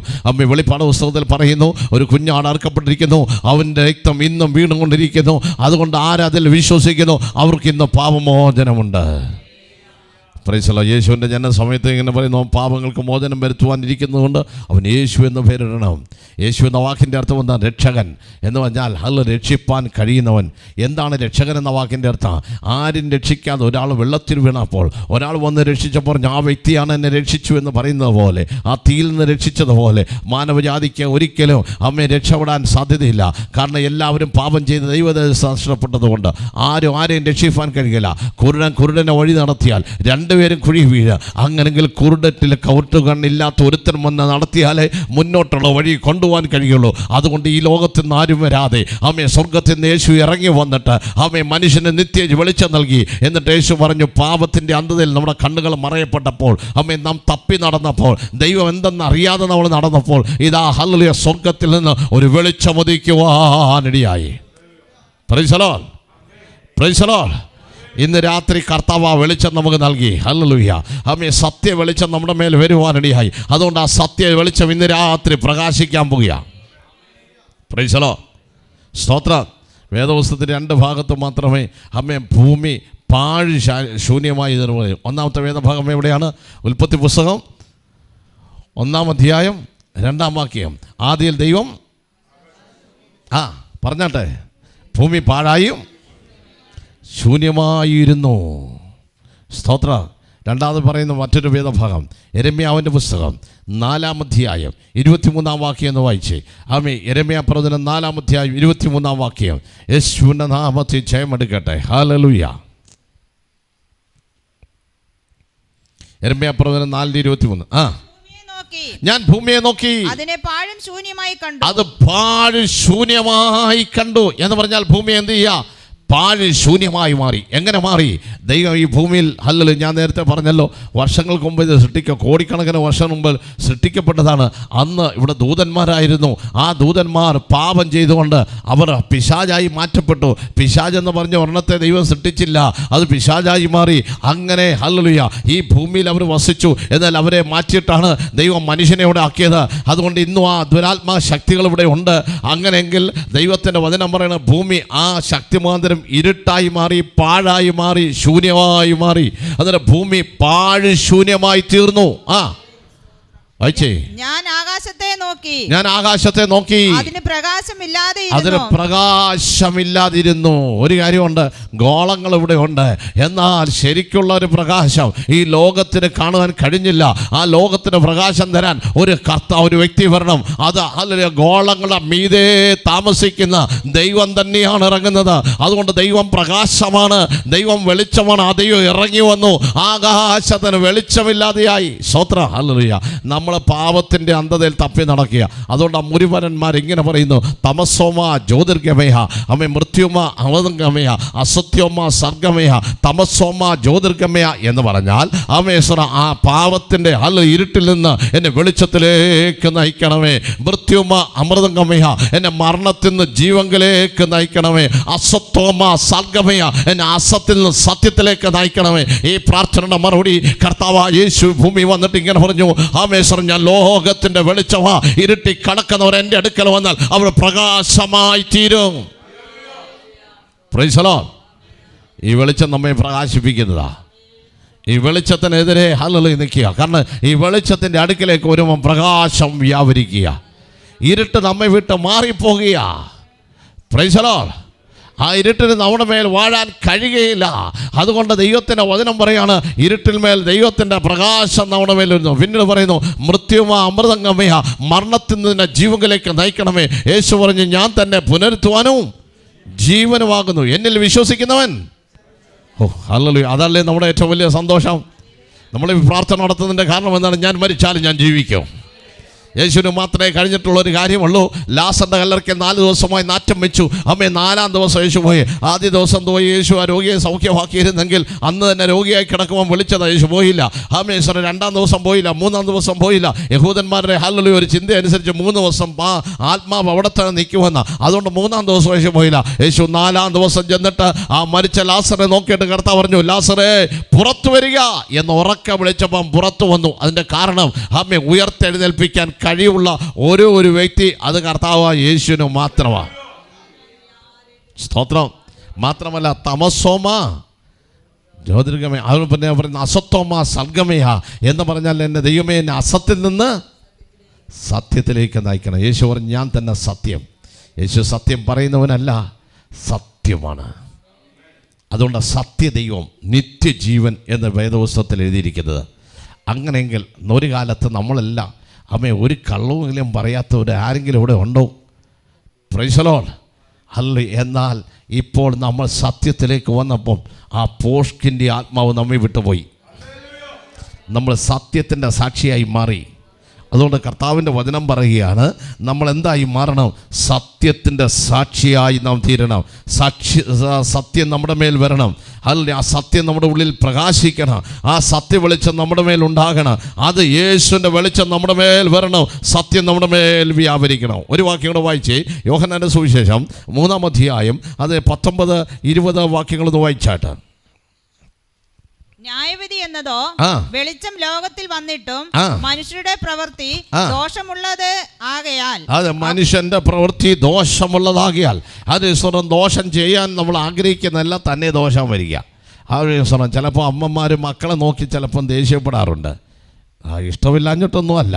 ഒരു വീട്ടിൽ ജനിച്ച 2 കുട്ടികൾ, ഹല്ലേലൂയ, അല്ലെങ്കിൽ ഇരട്ട കുട്ടികൾ, ഒരുത്തൻ ഒന്നെടുക്കുമ്പോൾ മറ്റവൻ അതിനകത്ത് എടുത്തു. ഒരുത്തൻ പറയും അവനെടുത്ത സാധനം തന്നെ എനിക്ക് മതി. അങ്ങോട്ടും ഇങ്ങോട്ടും പിടികൂടി ഒരുത്തനെ അടിക്കുന്നു, ഒരുത്തൻ ഇങ്ങോട്ട് അടിക്കുന്നു. അവസാനം അമ്മ വന്ന് വഴക്ക് പറയുകയാണ്, അല്ലെങ്കിൽ അവനെ അടിക്കുകയാണ്. എന്താണ് ഇവരിങ്ങനെ കാണിക്കുന്നു? കാരണം പാപമുള്ളതുകൊണ്ട്, പാപത്തിൻ്റെ ആരംഭം കൊണ്ട് തുടക്കം തന്നെ ഒരു സാധനത്തിന് വേണ്ടി തർക്കമുണ്ടാകുന്നു. സ്വന്തം സഹോദരങ്ങൾ തമ്മിൽ, അയലത്തുകാർ, അല്ലെങ്കിൽ ഒരു അമ്മയുടെ വയറ്റിൽ നിന്ന് 2 പേർ, അതിന് തർക്കമുണ്ടാകുന്നു. എന്തുകൊണ്ടാണ്? പാപത്തിൻ്റെ ശക്തിയാണ്. Price the Lord. എന്നാൽ തിന്മ നമ്മുടെ ഉള്ളിൽ കിടക്കുമ്പോൾ അതേ സ്വരം ദൈവത്തിൻ്റെ വെളിച്ചം നമ്മുടെ മേൽ വരണം. കർത്താവിൻ്റെ പുറം ന്യായവിധി എന്നതോ വെളിച്ചം ലോകത്തിൽ വന്നിട്ടും മനുഷ്യരുടെ പ്രവൃത്തി ദോഷമുള്ളതാകയാൽ, അതിന് മനുഷ്യന്റെ പ്രവൃത്തി ദോഷമുള്ളതായ തിന്മയുടെ പ്രവൃത്തിയാണ് നമ്മുടെ മേൽ വരുന്നത്. അവർ വെളിച്ചത്തെക്കാൾ ഇരുളിനെ സ്നേഹിച്ചത് തന്നെ. അവർ വെളിച്ചത്തെക്കാൾ എന്ത് ചെയ്യുന്നു? ഇരുളിനെ സ്നേഹിച്ചത്. ഇന്ന് അനേകരെ വെളിച്ചത്തെക്കാൾ എന്തിനെ സ്നേഹിക്കുന്നു? ഇരുളിനെ. എന്തിനാ ഇരുളിനെ സ്നേഹിക്കുന്നത്? ഇരുട്ടത്താണ് പാപം ചെയ്യാൻ ഏറ്റവും എളുപ്പം. Price the Lord. പണ്ടൊക്കെ ഞങ്ങളുടെ കാലത്ത് ഇങ്ങനെ ചെറുപ്രായത്തിൽ, ഇപ്പം പിന്നെ എല്ലായിടത്തും ഉണ്ട്. അന്ന് കള്ളിഷാപ്പെല്ലാം ഏതെങ്കിലും വയലിൻ്റെ വരമ്പിലോ കാട്ടിലോ കൊണ്ടുവെക്കും. കാരണം ആൾക്കാർ കുളിച്ചാണ് പോയി കുടിക്കുന്നത്. ഇന്ന് പിന്നെ അതല്ല, ഇപ്പം പിന്നെ എല്ലാം പുറലോകം എല്ലാം കാണത്തക്ക നിലയിലാണ് എല്ലാം വരുന്നത്. ആമേശ്വർ ഇനി കുറച്ചും കൂടെ കഴിഞ്ഞ് കഴിഞ്ഞാൽ പറയാൻ പറ്റത്തില്ല, ഞാൻ പറയുന്നില്ല. ആമേശ്വർ എല്ലാം മാറി മാറി മാറി ഇങ്ങനെ വരികയാണ്. അതിൻ്റെ കാരണം അവർക്ക് അല്ലെങ്കിൽ ഇരുട്ടത്താണ് കൂടുതൽ പാപം നടക്കുന്നത്. അതുകൊണ്ട് ഇരുട്ടിൻ്റെ പ്രവൃത്തിയാണ് പാപപ്രവൃത്തി. അതുകൊണ്ട് ഇരുട്ടിനേക്കാൾ അതേ വെളിച്ചത്തേക്കാൾ അവർ ഇരുട്ടിനെ സ്നേഹിച്ചു. വായിച്ചേ. തിന്മ പ്രവർത്തിക്കുന്നവനെല്ലാം വെളിച്ചത്തെ പകയ്ക്കുന്നു. ഒരു കാര്യമുണ്ട്. നമ്മളൊക്കെ ഒരു കാലത്ത് ഇവിടെ ഇരിക്കുന്ന പല സഹോദരന്മാരും മദ്യത്തിനും മയക്കുമരുന്നിനും ലോകത്തിൻ്റെ എല്ലാ കാര്യങ്ങൾക്കും സൗരസ്വന്മാരൊക്കെ പല നിലകളിൽ പല പാപങ്ങൾ ചെയ്തു വരാം. എന്നാൽ അതിലൊക്കെ മോചനം പ്രാപിച്ച ഒരു കുഞ്ഞാടിനെ പോലും ഇവിടെ ഇരിക്കുന്നത് എന്താണ്? ശ്രദ്ധയും. പക്ഷേ നമ്മൾ ദൈവസേനയിലേക്ക് വന്നപ്പോൾ ഏറ്റവും കൂടുതൽ ആൾക്കാർ നമ്മെ പകയ്ക്കുന്നതിൻ്റെ കാരണം എന്താണ്? വെളിച്ചം നമ്മുടെ മേലുള്ളതാണ്.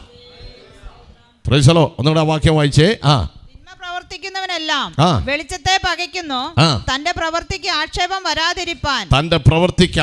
വരാതിരിപ്പാൻ വെളിച്ചത്തെങ്കിലേക്ക് വരുന്നതുമില്ല. ആരും എന്ത് ചെയ്യുന്നില്ല? വെളിച്ചത്തിലേക്ക് എന്ത് കൊണ്ടുവരാത്തെന്ന് ചോദിച്ചാൽ അവരെ പ്രവൃത്തിക്ക് എന്ത് വരും? ആക്ഷേപം വരും. പിന്നെ അത് ചെയ്യാൻ പറ്റത്തില്ല. വെളിച്ചം നിന്നെ ബോധം വരുത്തുന്നതാ. വെളിച്ചം നിന്റെ പാപത്തെക്കുറിച്ച് കാണിച്ചു തരുന്നതാ.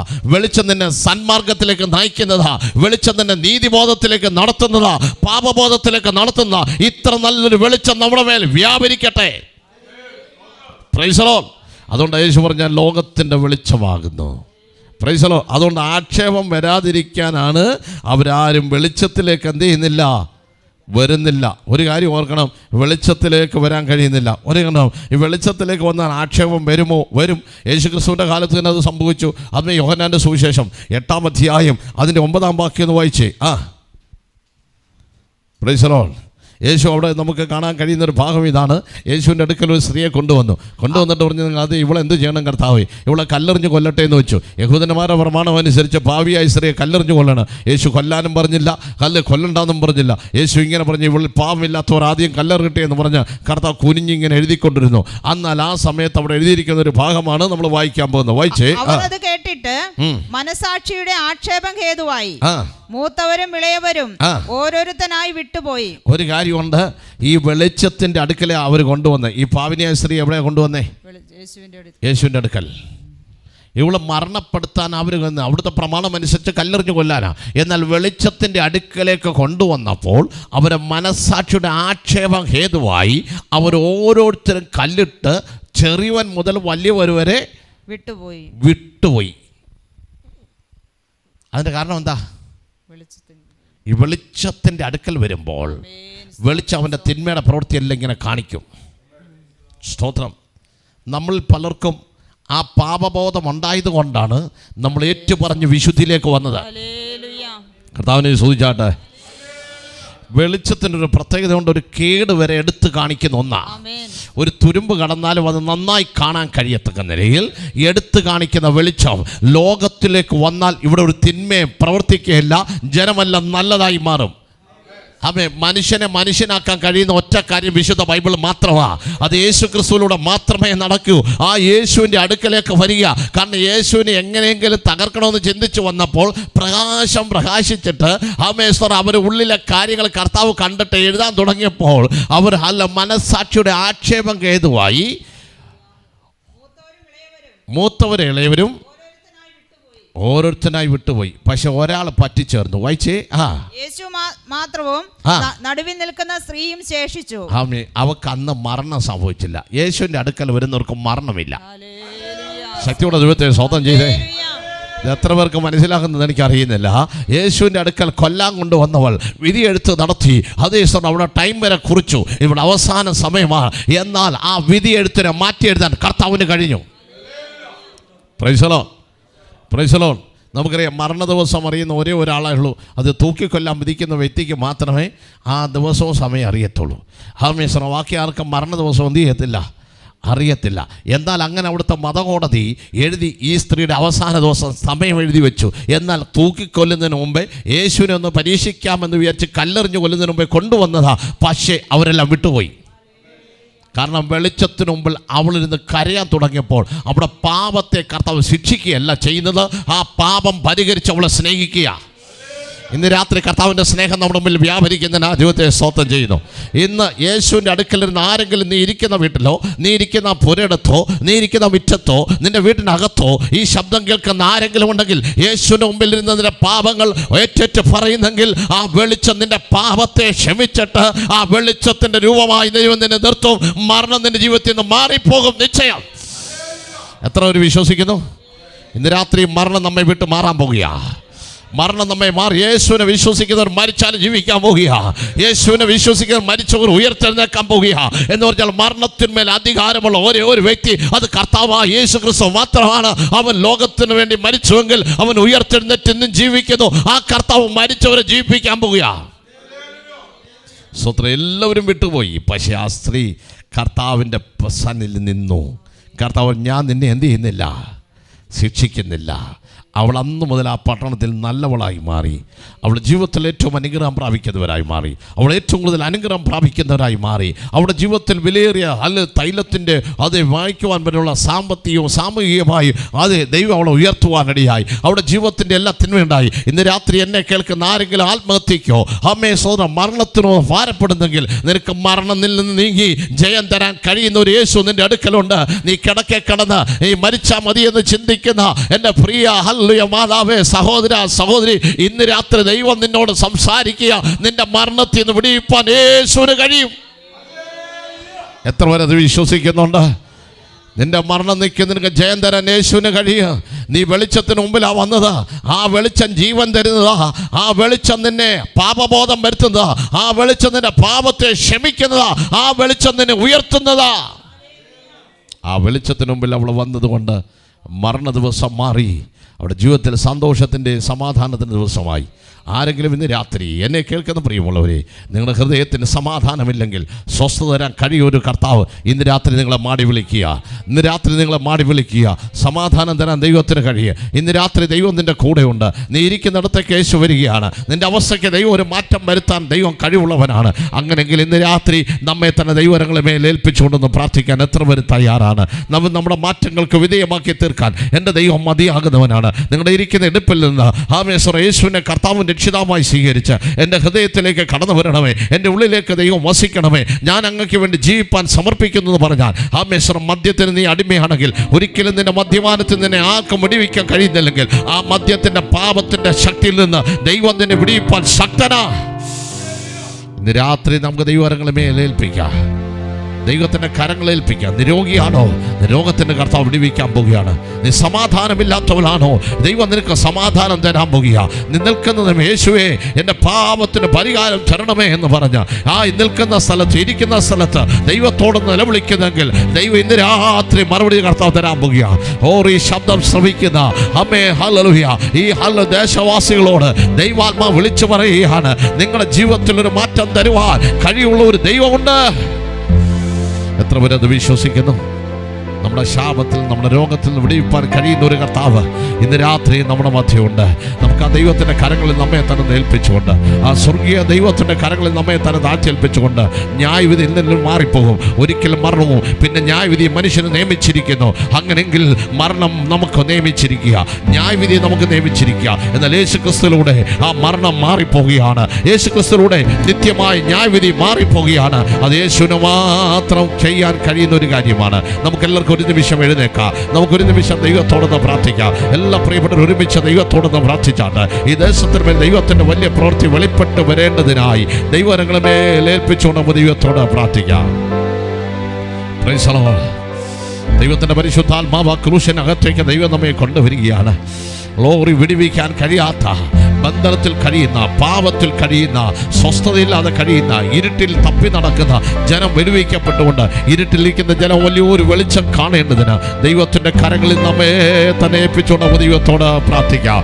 എല്ലാവരും ദൈവങ്ങളെ മേൽ ഏൽപ്പിച്ചാണ്ട് സർവശക്തനായ ദൈവം ഇന്ന് രാത്രി ദേശത്തെ വിടുവിക്കേണ്ടതിനായി, ദേശവാസികളെ വിടുവിക്കേണ്ടതിനായി ആമേ ദൈവത്തിന് ആമേ വർണ്ണം വർക്കുമെന്ന് ജാതി വ്യത്യാസമില്ലാതെ, ആമേ മതവ്യത്യാസമില്ലാതെ, ആമേ സമുദായ വ്യത്യാസമില്ലാതെ, ആണും പെണ്ണുമായി സൃഷ്ടിക്കപ്പെട്ടവൻ, ആമേശ്വർ എല്ലാവരെയും ഒരുപോലെ സ്നേഹിക്കുന്നവൻ, ആമേ എല്ലാവരെയും ഒരുപോലെ കാണുന്ന ഒരു കർത്താവ് നമ്മുടെ നടുവിൽ ഉള്ളതുകൊണ്ട് ആ ദൈവത്തിലേക്ക് നമ്മുടെ ഹൃദയം ഒന്ന് തുറന്ന്, ദൈവത്തിലേക്ക് നമ്മുടെ ഹൃദയം ഒന്ന് ശ്രമിച്ച്, നമ്മുടെ ഹൃദയം ദൈവത്തിന് വേണ്ടി ഏൽപ്പിച്ചു കൊടുത്ത്, നമ്മുടെ ജീവിതം ദൈവത്തിന് വേണ്ടി ഏൽപ്പിച്ചു കൊടുത്ത്, ദൈവമേ പഴയ കാര്യം ഓർത്ത് നീ വ്യാകുലപ്പെടേണ്ട, പിൻപുള്ളത് നീ മറന്നാട്ട്, എൻ്റെ ജീവിതം ഇങ്ങനെ ആയിപ്പോയല്ലോ, എനിക്ക് ഇനി ഒരു മുന്നോട്ടൊരു ജീവിതമില്ലല്ലോ എന്ന് ആരെങ്കിലും ഭാരപ്പെടുന്നെങ്കിൽ ഇന്ന് രാത്രി നിങ്ങളോട് ദൈവാത്മാവ് സംസാരിക്കുന്നു.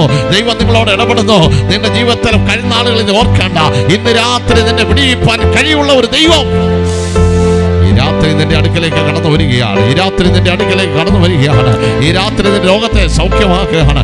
ഈ രാത്രി നിന്റെ പാവം നിന്റെ ശരീരത്തിൽ നിന്ന് മാറിപ്പോകുകയാണ്. നിന്റെ അസ്വസ്ഥത മാറുകയാണ്. നിനക്കൊരു സമാധാനം തരികയാണ്. യേശുവിന്റെ നാമത്തിൽ ഇന്ന് രാത്രി അത് ചെയ്തെടുക്കാൻ കഴിയുന്ന ഒരു ദൈവം നമ്മുടെ കൂടെയുണ്ട്. എല്ലാവരും ഏൽപ്പിച്ച് പ്രാർത്ഥിച്ചാണ്, എല്ലാവരും ഏൽപ്പിച്ച് പ്രാർത്ഥിച്ചാണ്, എല്ലാവരും തങ്ങളെ തന്നെ സമർപ്പിച്ചാണ്. ഈ ദേശത്തിന് വേണ്ടി ഒരു നിമിഷം നമുക്ക് കണ്ണുനീരൊടുക്കുക. നമ്മുടെ ചുറ്റുപാടിന് വേണ്ടി പ്രാർത്ഥിക്കുക. ആമേ നമ്മുടെ ചുറ്റുപാടുള്ള നമ്മുടെ അയൽക്കാര്, നമ്മുടെ പ്രിയപ്പെട്ടവര്, അവർ കർത്താവിനെ ഒന്ന് അറിയേണ്ടതിനായി ഇവിടെ നിൽക്കുന്ന ദൈവങ്ങൾ കണ്ണടച്ചു ദൈവത്തിനെ പ്രാർത്ഥിച്ചാട്ട് ഇന്ന് രാത്രി ഈ ആലയത്തിനകത്തേക്ക് ദൈവം നിന്നെ കൊണ്ടുവന്നെങ്കിൽ നിന്റെ പ്രാർത്ഥനയ്ക്ക് ശക്തിയുണ്ട്. നിന്റെ ജീവിതത്തിൽ മാറ്റം വരുത്തുവാൻ എന്റെ ദൈവത്തിന് കഴിയും. കർത്താവ് നിന്നെ സ്നേഹിക്കുന്നു. ആമേ ഹല്ലേലൂയ. ദൈവം നിന്നെ സ്നേഹിക്കുകയാണ്. ആമേ ജീസസ് ലവ്സ് യു. ആമേ ദൈവം നിന്നെ സ്നേഹിക്കുക. യേശു നിന്നെ സ്നേഹിക്കുന്നു. ആ സ്നേഹം നിന്റെ ഉള്ളിലേക്ക് കടന്നു വരികയാണ്. ആ ഇരുട്ടിൽ നിന്ന് മാറിപ്പോകുകയാണ്. ആ കുറവുകൾ നിന്ന് നീങ്ങിപ്പോകുകയാണ്. ഇതാ യേശു പറഞ്ഞു, ഞാൻ നിങ്ങൾക്ക് സമാധാനം തന്നേച്ചു പോകുന്നു. ലോകം തരുന്ന പോലെയല്ല എൻ്റെ സമാധാനം. ആ നിത്യമായ സമാധാനത്തിനായി നമുക്ക് ദൈവത്തോട് പ്രാർത്ഥിക്കാം. യേശുവെ എൻ്റെ പാപം ക്ഷമിക്കണമേ. യേശുവിനെ എൻ്റെ കർത്താവ് രക്ഷിതാവുമായി ദൈവമായി ഞാൻ സ്വീകരിക്കുന്നു. എന്നെ അവിടുത്തെ മകനായി മകളായി തീർക്കണമേ. എൻ്റെ ഉള്ളിലേക്ക് അങ്ങ് കടന്നു വരണമേ. അങ്ങനെ എന്നിൽ വസിക്കണമേ എന്ന് ദൈവത്തോട് പ്രാർത്ഥിക്കുന്നെങ്കിൽ ഇന്ന് രാത്രി നിന്റെ പേര് ദൈവം ജീവന്റെ പുസ്തകത്തിൽ എഴുതി നിന്നെ ഒരു ദൈവത്തിലാക്കി മാറ്റുക. ആമേ സ്വന്തം സകലത്തിന് കഴിയുന്ന ദൈവം. ആമേ ദുഷ്ടന്മാരുടെ പേര് മണ്ണിൽ എഴുതുമ്പോൾ അതേ കർത്താവ് വെളിച്ചത്തിലേക്ക് എഴുതുന്നവരുടെ പേര് വീട്ടിലെഴുതി ജീവന്റെ പുസ്തകത്തിൽ എഴുതുന്ന കർത്താവ് ഇന്ന് രാത്രി നിന്നെ സ്നേഹിക്കുകയാണ്. അതെ നിന്റെ പേര് അത് ഏത് പേരായിരുന്നാലും അവിടെ എഴുതി ഹല്ലേലൂയ നിന്നെ ഒരു മകനാക്കി മകളാക്കി അമ്മേ ദൈവത്തിന്റെ പുത്രനായി ദൈവത്തിന്റെ പുത്രിയായി മാറുന്ന ഒരു രാത്രിയാണ്. അതിനായി ദൈവങ്ങളുടെ മേൽ ഏൽപ്പിക്കാം. എല്ലാവരും ഏൽപ്പിച്ച് പ്രാർത്ഥിച്ചാണ്. എല്ലാവരും ദൈവസന്നിധി സമർപ്പിച്ചാണ്. നമ്മൾ ഒന്നിച്ച് പ്രാർത്ഥിക്കുമ്പോൾ ദൈവപ്രവൃത്തി ദേശത്തിനകത്ത് നടക്കുകയാണ്. ഒരു സമാധാന ദേശത്തിൽ വാഴട്ടെ. അമ്മ അക്രമങ്ങൾ ഹല്ലേലൂയ അകൃത്യങ്ങൾ എല്ലാം മാറി സമാധാനം ദൈവം വരുത്താൻ പോകുക. അതിനായി നമുക്ക് ദൈവത്തോട് പ്രാർത്ഥിക്കാം. അതിനായി നമ്മെ തന്നെ സമർപ്പിച്ചാണ്. ദൈവങ്ങൾ നമ്മെ തന്നെ ഏൽപ്പിച്ചുകൊണ്ട് നാം പ്രാർത്ഥനയോടായിരിക്കാം. ദൈവമായ കർത്താവ് നമ്മെ അനുഗ്രഹിക്കുകയും സഹായിക്കുകയും ചെയ്യട്ടെ. തുടർന്ന് ദൈവദാസന്മാരെ പ്രാർത്ഥിക്കും. അതിനായി ഹല്ലേലൂയ അവസരങ്ങൾ ഒരുക്കുന്നു. ദൈവസന്നിധി നമ്മെ തന്നെ ഏൽപ്പിച്ചുകൊണ്ട് ഹല്ലേലൂയ ഹല്ലേലൂയ എനിക്ക് അവസരം നൽകിയ കർത്താവിന്റെ ദാസനോടും സഭയോടും ഇവിടെ ആയിരിക്കുന്ന എല്ലാവരോടും പ്രത്യേകം നന്ദി ഓർച്ചുകൊണ്ട് ഈ ദേശത്തിന് വേണ്ടി നമുക്ക് പ്രാർത്ഥിക്കാം. ദൈവമായ കർത്താവ് നമ്മെ അനുഗ്രഹിക്കുമാറാകട്ടെ. നമുക്ക് ഒരുമിച്ച് നിൽപ്പ് തന്നെ നമുക്ക് പ്രാർത്ഥിക്കാം. ഹല്ലേലൂയ. കേട്ട വചനങ്ങളിലേക്ക് നമ്മളെ തന്നെ സമ്പൂർണ്ണമായി ഏൽപ്പിക്കാം.